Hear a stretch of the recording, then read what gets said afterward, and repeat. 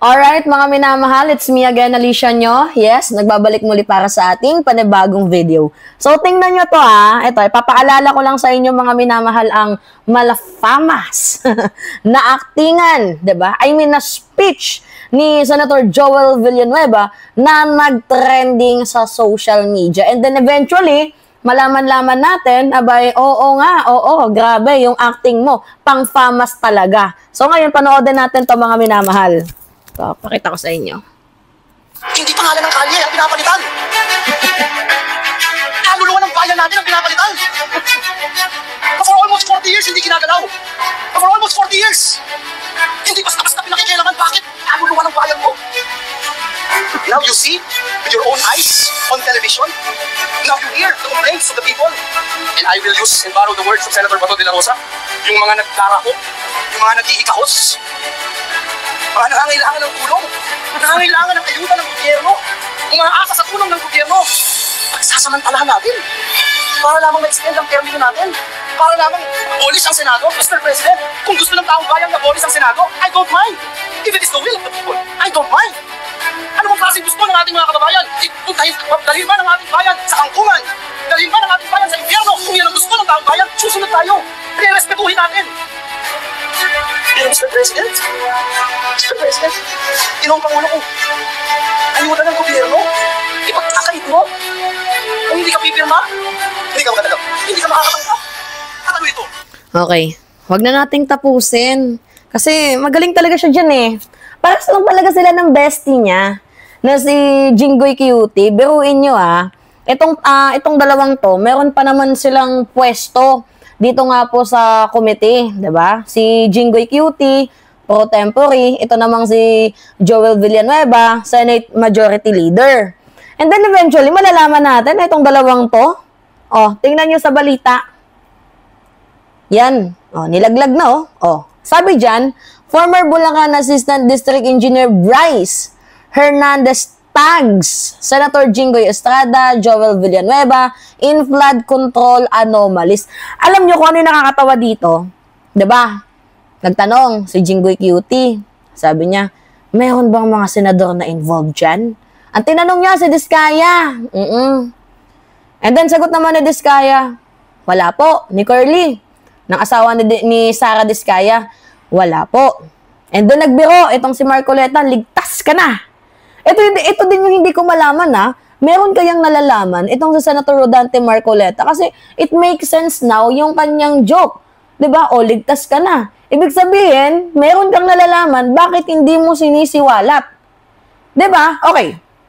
Going back naman tayo dito kay Jinggoy Cutie. Ngayon, na nabanggit yung pangalan mo, abay bakit parang tila baga mas galit na galit ka dito sa district engineer na nagsiwalat sa pangalan mo? Kasi ang akala niya, malinis na siya. Malinis na siya doon sa Senado, nakapaghugas kamay na siya. Ang nangyayari kasi sa committee ninyo, nag-aawayan kayo. Away sa Senado, away dito sa House of Representatives, kanya-kanya kayong hugas ng kamay. Yung mga senador na nagpapaimbestiga, ang tinitira yung mga kongresista, hugas kamay sila. Ngayon naman, ito namang mga nandito sa lower chamber, gumante. Anong tingin ninyo kami lang? Hindi. Diba? Okay, hinugot nila. Itong si Bryce, kaya nga itong si Bryce natatakot na ibalik doon sa sa Senado kasi baka kung ano lang yung gawin sa kanya Ngayon, itong lower chamber gumante. Ang tinitira naman mga senador. At the end of the day, mga minamahal, ang lugi pa din dito yung mamamayang Pilipino. Pero ang kagandahan, kasi nung nagpa-imbestiga, nung naganap ang investigation dito sa lower chamber, mayroon silang mga papel na pinanghahawakan. Katulad na lamang nito, pakita ko sa inyo. Wait lang, mga minamahal. Pakita ko sa inyo, Alright. Ito. Yun, di ba may sulat? Hindi lang yan. Ito pa. With signature. Ano yung nakasulat? Good morning. Tapos, dito na tayo sa pangalawa, Sina Senator Jinggoy Estrada and Senator Joel Villanueva, Yusek Robert Bernardo at D. Alcantara. Si Senator Jinggoy ay baba ng 355 million ngayong 2025. Ang mga projects na to ay, tawag dito, refer to the pictures sa 355 million blah blah blah blah blah. And kasama na dyan itong sino? Sino mga minamahal? Si Senator Joel Estrada. Tapos ngayon, galit-galitan, oo, linis-linisan, talagang balahura, no? Itong si Jingoy Estrada, hindi ko siya kilala. Diba? Tapos makita-kita natin dito sa picture na magkakasama itong si Jinggoy Cutie at itong si Alcantara at yung ibang mga district engineer. Wow, aray ko. Diba mga minamahal? Tapos ngayon, hugas-hugas kamay, galit-galitan. Tama ba yung mga ganyang drama? O ngayon, panoodin natin itong mga minamahal. Sinabi ni Jinggoy Cutie. Pakita ko sa inyo. Ay, Diyos mio. Parang napamura kayo or naggalit talaga ako. Talaga napamura ako. Napakasinungaling nitong taon to. Because first of all, hindi ko siya kilala and I have never met that guy. Just common sense. Will you think I will be actively participating in this investigation na nandun siya, nakilala ko siya, nagbibigay siya ng pera sa akin? That's common sense. I should have abstained from that hearing, from this hearing. Hindi mo nga, wait lang. Cut ko lang muna ha. Nandun nga siya. Tinanong mo ba? Meron ka ba mga follow-up questions sa kanya? Di ba wala? Parang yung nangyari lang din dito kay Lubiano. Pina-attend sa Senate Blue Ribbon Committee, tinanong, pero hindi inipit. Di ba walang mga follow-up question? Samantalang nung nandoon na sa House of Representatives, doon natin nalaman na 80% ng mga proyekto, di ba, ay nandoon sa Sorsogon. So, iba yung hearing ng Senado sa nangyayaring hearing dito sa lower chamber. Kumbaga, may filtered Napi-filtered. Tululaway ni Mima, punyeta talaga, no? Alright, continue pa natin to. I did not commit any illegal act. Sir, picture mo yung kay San niya ay si District Engineer Alcantara ang nagsabi. Si District Engineer Alcantara, he even denied it. Dinenay niya yung kay Senator Joel, dinenay din niya sa akin. Oh. Wala nga naman meron bang magnanakaw na umamin? Minamahal. Meron bang magnanakaw na umamin? Second life mo na to eh. Jinggoy. Second life mo na to. Inulit mo pa.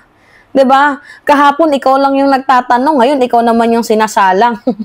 1% lang yung naniniwala sa iyo. 99% kami. I mean, 1% lang ang naniniwala sa'yo na totoo yung sinasabi mo. And 99% including me, hindi na kami naniniwala sa'yo. Alam niyo kung ano sabi ni Susan Rosas before? Ang sinungaling ay kapatid ng magnanakaw. Diba? May common sense ka pang nalalaman. Utot mo, Violet? Never daw siyang na-involve sa mga ganyang klaseng anomalya. Ano yung plunder? Sige nga. Kwento mo sa pagong. Hindi kami pinanganak kahapon. Kala niya ata magiging mahimbing yung tulog niya, no? Nang dahil sa tanong niya na, may mga involved bang senador? Pagkasabing wala, tawang-tawa si lolo mo. Tapos ngayon, siya na yung isinasalang sa hearing, Diba? Ang lakas ng loob. So, by the way, going back dito sa ating topic, umattend si Bryce Hernandez dyan. Diba? Sa kunyaring hearing ninyo para maghugas dili kayong mga hinayupa kayo. Pero, hindi nyo inipit. Diba? Hindi nyo tinanong ng mais, walang mga follow-up question, ganyan-ganyan. Dyan kasi sa pagdinig dito sa House of Representatives, napuntusan kayo Wala tayong magagawa dyan. Diba mga minamahal? Kanya-kanyang ano lang yan. Kanya-kanyang panahon lang yan. Diba? Kaya, kaya nagagalit itong si Jinggoy Cutie kasi, guilty. Diba? And even itong si Senator Joel Villanueva, nagsalita din. Sabi ni Senator Joel Villanueva, yan. Wala akong kinalaman maging sa flood control projects. Itong iginiit ni Senator Joel Villanueva matapos siyang akusahan ni dating DPWH Engineer Bryce Hernandez na sangkot sa korupsyon sa flood control anomalies. Sabi niya, nagulat ako nung kumalad ka na pangalan natin tungkol sa flood control. Nagulat ka pa ba sa lagay na yun? Ha? Kami nga, hindi na kami nagulat pero ikaw nagulat ka? Sabi mo kasi before, hindi mo kilala yung district engineer ng Bulacan. Tapos malaman-laman namin, may picture ka ni Alcantara. Diba? Kaya ano iisipin namin sa'yo? Ay nako, Diyos mio. Diba? Galit-galitan. Tapos makita namin, eto. Diba? Makita namin na miyembro pala kayo ng budol-budol gang. Kaya hindi nyo masisisi ang mamamayang Pilipino kung bakit nagagalit sa inyo. Actually, patikim pa lang yan. Hindi pa tayo pumupunta sa exciting part. Dito nga po sa independent commission, sa independent body na mag-iimbestiga sa inyo. Diba? Hindi pa tayo pumupunta doon. Wala pa tayo sa part na yon.